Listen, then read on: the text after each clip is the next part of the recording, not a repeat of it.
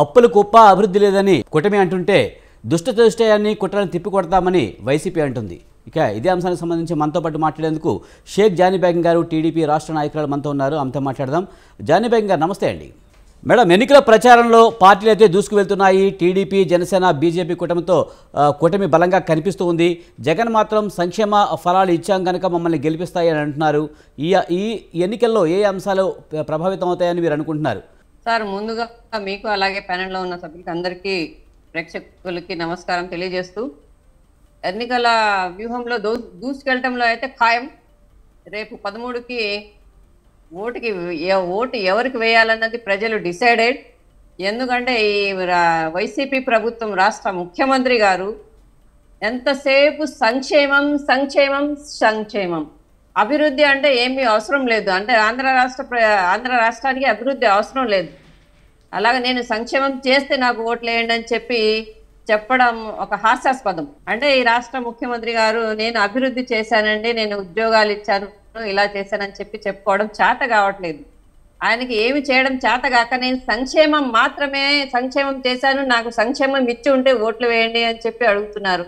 అంటే ఒక చక్రవర్తి పాలన లాగా, ఏం వద్దు మీకు, నేను ఒక 2000 రూపాయలు మీకు ఇచ్చేసాను, మీకు రోడ్లు వద్దు, మీకు అభివృద్ధి వద్దు, మీకు రాజధాని వద్దు, మీకు తాగునీరు వద్దు, మీకు డ్రైనేజ్ సిస్టమ్ సరిగా వద్దు, ఉద్యోగాలు వద్దు, పరిశ్రమలు వద్దు, పెట్టుబడులు వద్దు, ఏమి వద్దు, మీకోసం సంక్షేమం కింద ఒక 2000 రూపాయలు ఇచ్చేసాను, మీరు ఇంకా కామ్గా వచ్చేసి ఓటు వేయండి, నన్ను మళ్ళీ గెలిపించుకోండి, నేను అవే దందాలు, అవే రిపీటు, స్కాము, అది ఇసుక మొత్తం నేను దోచేసుకుంటాను అంటే ఈ విధంగా ప్రజల్ని మభ్యపెట్టడానికి ఇంకా తిప్పి ఇంకా 15 రోజులు కూడా లేదు. ఈ సమయంలో కూడా రాష్ట్ర ముఖ్యమంత్రి గారు ఇదే ప్రలోభాలు చెప్తుంటే ప్రజలు ఏమైనా పిచ్చోళ్ళండి? ప్రజలకు అర్థం అవ్వట్లేదా? ప్రజలు విజ్ఞత ఉన్న, జాతి గౌరవం పట్ల విజ్ఞత ఉన్న ఆంధ్ర రాష్ట్ర ప్రజలందరూ గమనిస్తున్నారండి. మీరు చెప్పే అదే రిపీట్ వాగ్దానాలు ఎవరు నమ్మడానికి ప్రజలు లేరు. ఎందుకంటే వీళ్ళు చెప్పేది ఎలా ఉందంటే, ఒక చక్రవర్తి గారు నేను 1000 రూపాయలు ఇస్తాను, రండి అంటే అందరూ పరిగెత్తుకుంటూ వెళ్ళి తీసుకున్న తర్వాత అదే దారిలో వెళ్ళేటప్పుడు టోల్ గేట్ పెట్టారంట. మీకు తెలిసే ఉంటది, ఆంధ్ర రాష్ట్ర ప్రజలందరికీ తెలుసు. వెళ్ళేటప్పుడు లేని టోల్ గేట్ వచ్చేటప్పుడు ఉంటే, అంటే 10 రూపాయలు వాళ్ళకి వసూలు చేస్తే ఆయన ఇచ్చిన 1000 రూపాయలు ఎన్ని రోజులు ఉంటాయండి? ప్రజలందరూ గమనించాలి. వాళ్ళకి అర్థం అవ్వడానికి ఫర్ ఎగ్జాంపుల్స్ చెప్తున్నాను. నేను అలాగే ఒక చిన్న స్టోరీ కూడా చెప్పాలనుకుంటున్నాను మీ న్యూస్ ఛానల్ తరపు నుండి. ఆంధ్ర రాష్ట్ర ప్రజలందరూ గమనించండి. ఒక పెద్ద ఆయన బస్సులో ఎక్కాడండి. ఆయన ఒక చోటుకి చేరుకోవాలి, ఎంతో అవసరం, ఆయన అర్జెంటుగా అక్కడికి వెళ్ళాలి. ఆయన అక్కడికి వెళ్ళకపోతే ఆయన ఎంతో నష్టపోతాడు. ఆయన ఎట్టి పరిస్థితుల్లోనూ ఆయన చేరుకోవాల్సిన చోటు చేరుకోవాలి. ఆయన బస్సు ఎక్కాడండి. బస్సు ఎక్కిన తర్వాత కండక్టర్ గారు వచ్చి టికెట్ అడిగారు. సార్ వినిపిస్తుందా? వినిపిస్తుంది, చెప్పండి. కండక్టర్ గారు వచ్చి టికెట్ అడిగారు. ఆయన టికెట్ తీసుకోవడానికి జేబులో చేయి పెడితే డబ్బులు లేవు. కండక్టర్ గారు మీరు టికెట్ తీసుకోకపోతే దిగవలసి వస్తుందని చెప్పారు.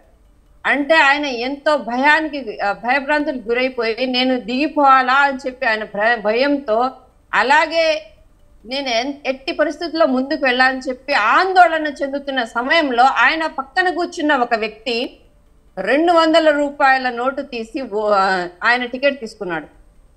ఆ పెద్ద ఆయన మనసులో ఆ 200 రూపాయలు పెట్టి టికెట్ తీసుకున్న వ్యక్తి పైన ఎంతో గౌరవం, బాధ్యత, అలాగే ఆయన ఒక భగవంతుని లెక్క చూసుకున్నాడు. ఎందుకంటే ఆయన అత్యవసర పరిస్థితుల్లో ఆయన టికెట్ తీసుకున్నాడు కాబట్టి ఆయన్ని మనసులో ఎంతో ఒక దేవుడి లెక్క తలుచుకున్నాడు. తర్వాత ఆయన టికెట్ తీసుకున్న తర్వాత ఆయన మీరు చేసిన సాయాన్ని నేను ఎప్పుడూ మర్చిపోలేను, మీ 200 రూపాయలు నేను తిరిగి ఇచ్చేస్తానని చెప్పడం. అప్పుడు ఆ వ్యక్తికి తెలియదు, ఆ పక్కన కూర్చున్న వ్యక్తే 200 రూపాయలు పెట్టి టికెట్ తీసుకున్న వ్యక్తే ఆ 2000 తన జేబులో ఉన్న, ఆ పెద్ద ఆయన జేబులో నుంచి ఉన్న 2000 రూపాయల నోటు తీసుకొని 200 రూపాయల టికెట్ తీసుకున్నాడనే విషయం ఆ వ్యక్తికి తెలియలేదు. అంటే ఈ రాష్ట్ర ప్రజలు కూడా అదే పరిస్థితిలో ఉన్నారు. ఈ రాష్ట్ర ప్రభుత్వం మీ దగ్గర నుంచి 2,000 రూపాయలు తీసుకొని 200 రూపాయల టికెట్ మాదిరిగా మీకు సంక్షేమ పథకాలు ఇస్తున్నామని చెప్పి మీ పైన మీ దగ్గర నుంచి వసూలు చేస్తుంది. 2,000 రూపాయలు మీకు ఇచ్చి మీ దృష్టిలో దేవుడి లెక్కలాగా మా జగనన్న ఇస్తున్నాడు, మాకు సంక్షేమం అందుతుందని చెప్పి మీ దగ్గర సానుభూతి పొందుతున్నాడు ఈ వైసీపీ ప్రభుత్వం, జగన్మోహన్ రెడ్డి గారు. ఆంధ్ర రాష్ట్ర కానీ జానీ బేగం గారు మనం చూస్తూ ఉన్నాం, జగన్ ప్రతి ప్రచారంలో మాట చెప్తున్నారు, మీ కుటుంబంలో మంచి జరిగింది ఈ ప్రభుత్వం వల్ల అంటేనే మాకు ఓటేయండి అని పదే పదే చెప్తున్నారు.